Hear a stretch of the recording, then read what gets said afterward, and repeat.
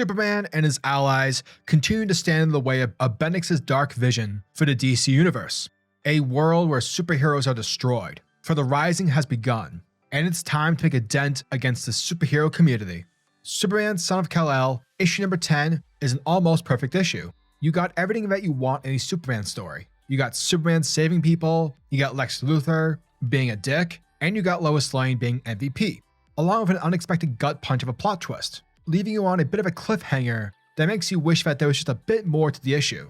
Now, there is always a risk when writing a book that's tackling political issues. It may come off as if the book is giving you a speech, rather than, providing an actual story. But thankfully, Superman Son of Kal-El manages to not only be the most topical book on the stands, but one of the most entertaining, combining subplots from Taylor's books, past and present. And though it can be heavy, somehow it never manages to stop being inspiring. In terms of plot, the wheels are turning in this latest issue, tackling the after effects of the events that happened in the Nightwing crossover. Tom Taylor progresses the plot that's involving Lex Luthor and President Bendix's alliance against Jonathan Kent, with Lex capitalizing on the opportunity that was created by Bendix, as he delivers an elaborate propaganda rant against John Kent, framing him for a murder and presenting him as a threat to the world. Meanwhile, dealing with the backlash from being an accused murderer, Jonathan is doing his best in trying to save people. But in this issue, he focuses on even a harder task, that being that he has to save people who have been manipulated by Luthor's propaganda. But it's through these scenes that present the most quintessential meaning of what Superman is. Despite helping people who don't, trust him, at the end of the day, helping people is the right thing to do, no matter what. Also, let it be known that Lois Lane is MVP, because she's given a lot to do in the book's second half, from making fun of Lex Luthor on live TV, and to the most important part of the issue, that being when John comes out to her. And we know that deep down that she's probably going to accept him, because, she's Lois Lane. But there was that quick second where I was like, oh shit, is she not going to be cool with this? But she is, to which was a great moment to see. She just wanted to show her excitement privately with her son, which makes sense because who the fuck is Jay? and speaking of Jay, Batman doesn't trust him, thus adding a punch to the gut for our hero Jonathan. Now, I'm assuming that this will be a fake out, but if it isn't, it's going to be absolutely heartbreaking, because it is a Tom Taylor book, and he does love to punch his readers emotionally, so there is that part to perhaps look forward to. Tomoe's art in this issue was clear and nuanced as ever. His panels perfectly direct the reader's focus, drawing the eye to whatever is necessary to propel the plot. The coming out scene is played up very well, with some great acting from the characters, and it leads to a wonderful full-page splash that deserves every inch of the page. Federico Blee's candy-coated colors really make each panel pop, without ever descending into either incoherence or headache territory. It's bright and catchy. Overall, Superman Son of Kal-El is beautiful, poignant, and meaningful. However, the pacing's pretty rough. There's a lot of cool stuff that's happening, but for the high stakes of it all, it does feel like that the book could have been condensed and could have moved forward a bit faster. And so, while I have been enjoying Superman Son of Kal-El, for the most part, the issues have always felt like we're just doing the same thing over and over again. But beyond that, it's great to see John experience this complex series of growing pains in such a heightened way, and I'll never say no to grumpy Batman. Superman Son of Kal-El, issue number 10, gets an 8 out of 10.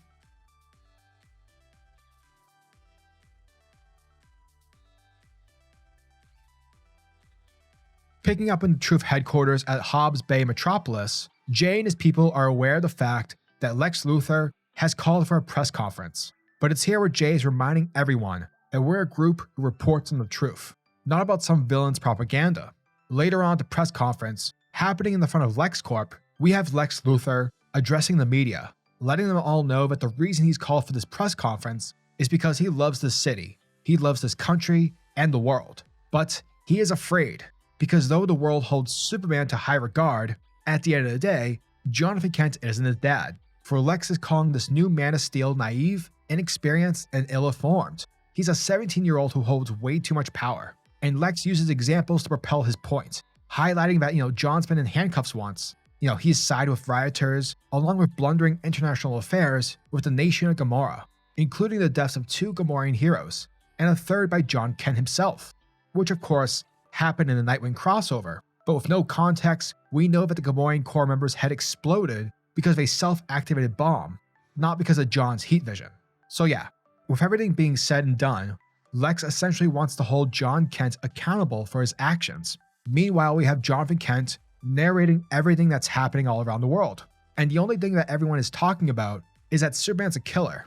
Yet despite the fact that John is an accused murderer, people are still in need of Superman's help.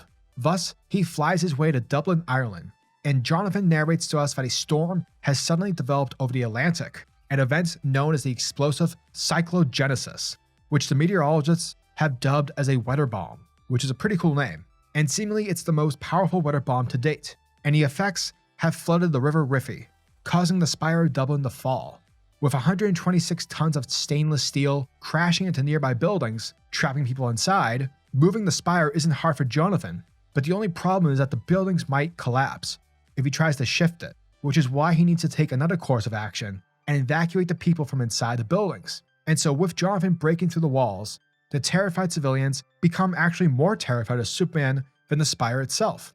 However, a little girl stands up and shows that she's not afraid of Superman. Therefore, this causes everyone to trust in Superman once more. And with that, the people are able to safely evacuate. Picking up in Bludhaven, we have Dick Grayson watching Luthor's press conference. And while Barbara Gordon hacks into Superman's comms, Dick is able to get in contact with Jonathan. And after counseling John, due to the fact that the world at the moment doesn't particularly like him, Dick tells John that he should probably tune into Lex Luthor's press conference because something amazing is about to happen. Picking back up at Luthor's press conference, Lex lets the world know that there are far too many concerning questions about Jonathan Kent, with way too few answers. Therefore, it's time for Superman to leave Metropolis. But that's where we see the arrival of Lois Lane, holding her phone in the air to record her and Lex.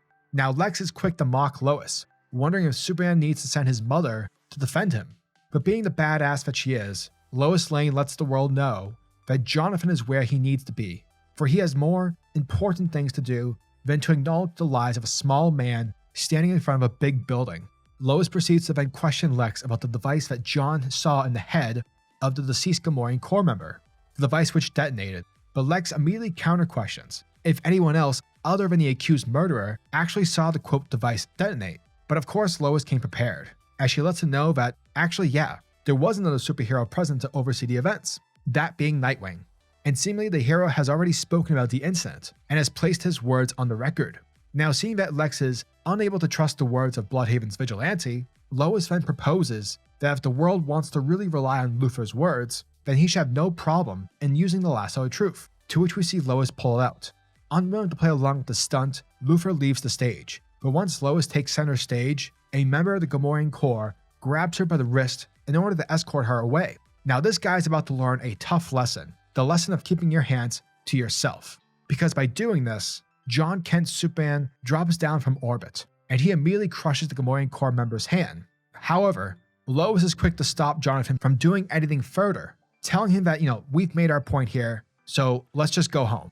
And that's what picks us up later that night at the Kent house, where Jay admires Lois for how much of a badass she looked today. But as he sees Lois put away the lasso of truth, it prompts him to ask the question, doesn't she have to return it back to Wonder Woman later? However, Lois tells him the truth, that this actually isn't the lasso of truth.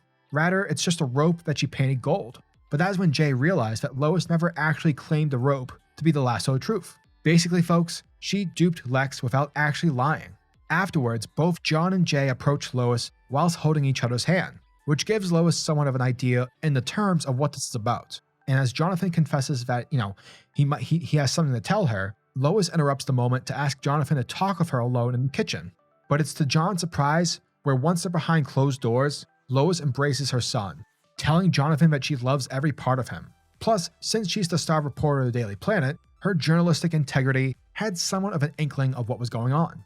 But wait, Jonathan isn't the only one who's coming out. Batman pops up as well. And because he's motherfucking Batman, it's the reason why he was able to get inside the house unnoticed. Now, after apologizing for his interruption, Batman deems that his sneaking was absolutely necessary, because Batman fills him in on the fact that the Gamorrean ambassador had refused to speak to him when Batman interrogated him. Now, apparently, this is the case because the ambassador is much more scared of President Bendix. Plus, given what happened today at the press conference, Batman lets the family know that he doesn't think the Justice League can keep them safe if they continue to stay here in the apartment. Therefore, He's here to take Jonathan and Lois to a safe house. However, this doesn't include Jay. And though John vouches for Jay, Batman in the end doesn't allow it. Later on, with Superman flying his mother to the coordinates to Batman's location, aboard the Batwing, Batman expresses the reason as to why he doesn't want Jay to be at the safe house. And the reason is because he knows exactly who Jay is. He knows where he comes from and who he works for, which is why Jay Nakamura can't be trusted. And that, folks, was the end of Superman Son of Kal-El, issue number 10. And thank you guys for checking out my video, as it truly means the world to me.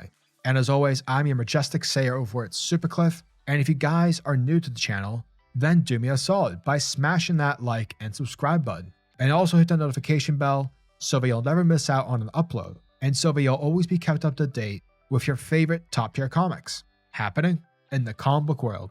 Now tell me, what are your thoughts and opinions on this issue? Are you guys excited for issue number 11? Let me know down in the comment section below. And until the next video, peace.